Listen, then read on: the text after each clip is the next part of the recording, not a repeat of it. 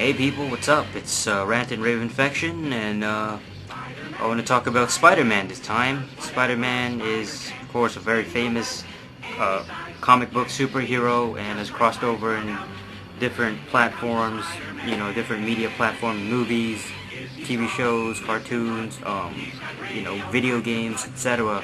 The list goes on. My first experience with Spider-Man is actually the 90s cartoon, the animated series that in America it was broadcasted in North America in Fox Kids, and I was actually in the Philippines when I watched it, and every Friday night I would watch an episode, and it was really great. It had all the all the villains. You got Venom, you got the Green Goblin, the Hobgoblin. Man, there's a lot of characters in there. The Spider Slayers, I remember those. They were like robotic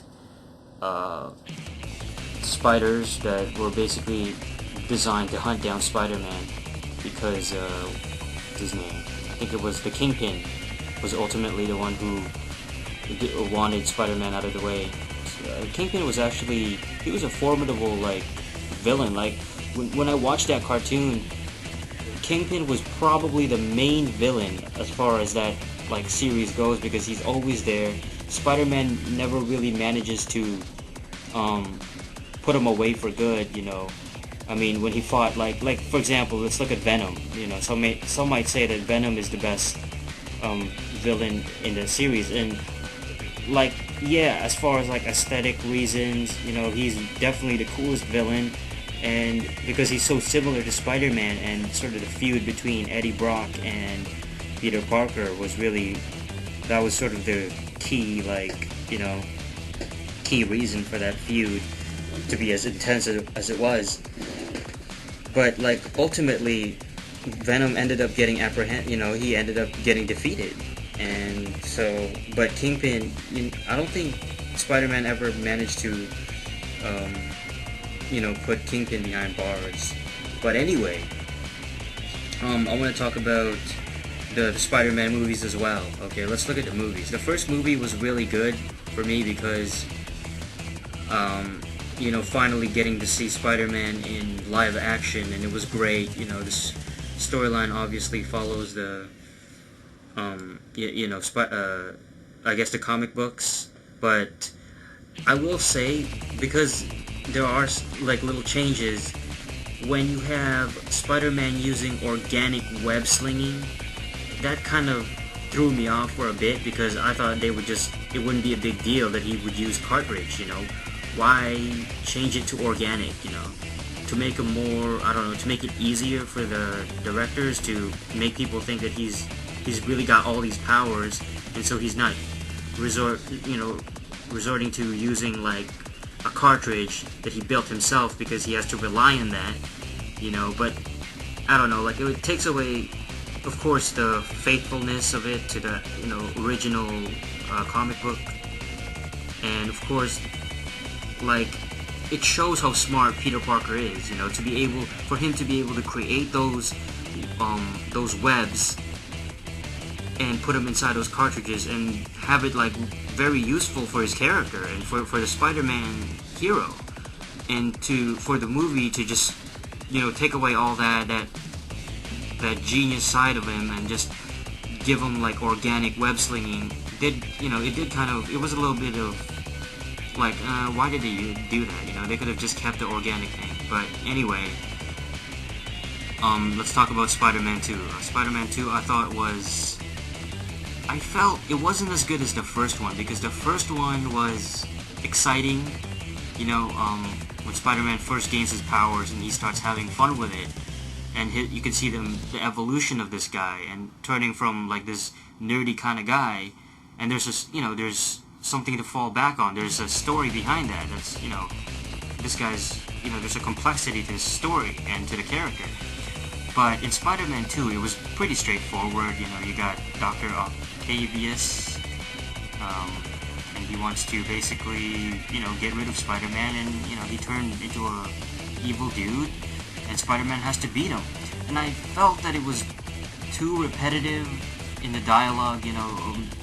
I don't know how many times they said, the famous quote, they really wore it out. I mean, it became so cliche. Like, what's that quote again by Ben?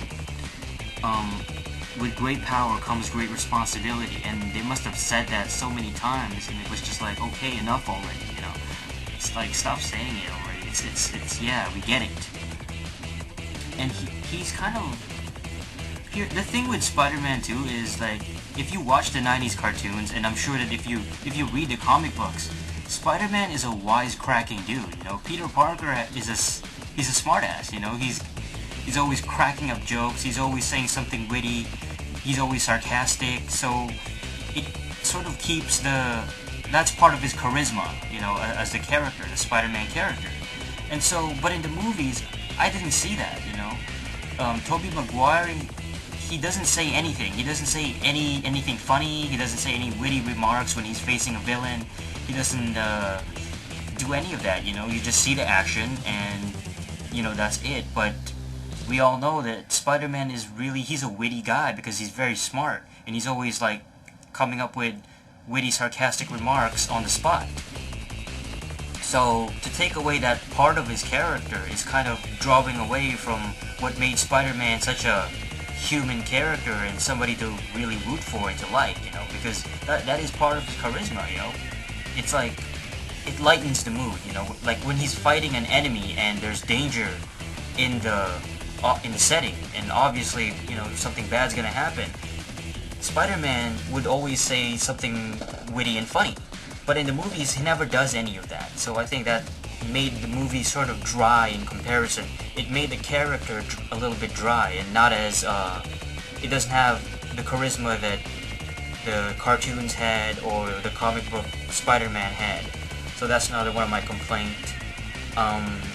Okay, let's talk about, as far as like, consistencies and plot holes and things like that. There's a lot of those in the Marvel universe. It's not just Spider-Man, but I don't really want to get so crazy and so serious in it because it's Marvel. They don't take things way too seriously. It's they give you these explanations that may or may not really be scientific. It's just they just make it up and you follow it, and it sounds good. He gets bitten by a radioactive spider, and all of a sudden he becomes a Spider-Man.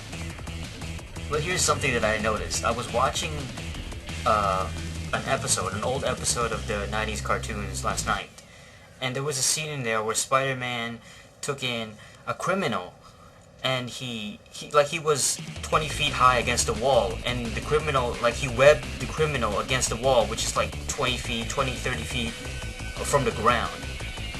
And I was thinking, what happens if that web dissolves in 2 hours and the police aren't there to catch him?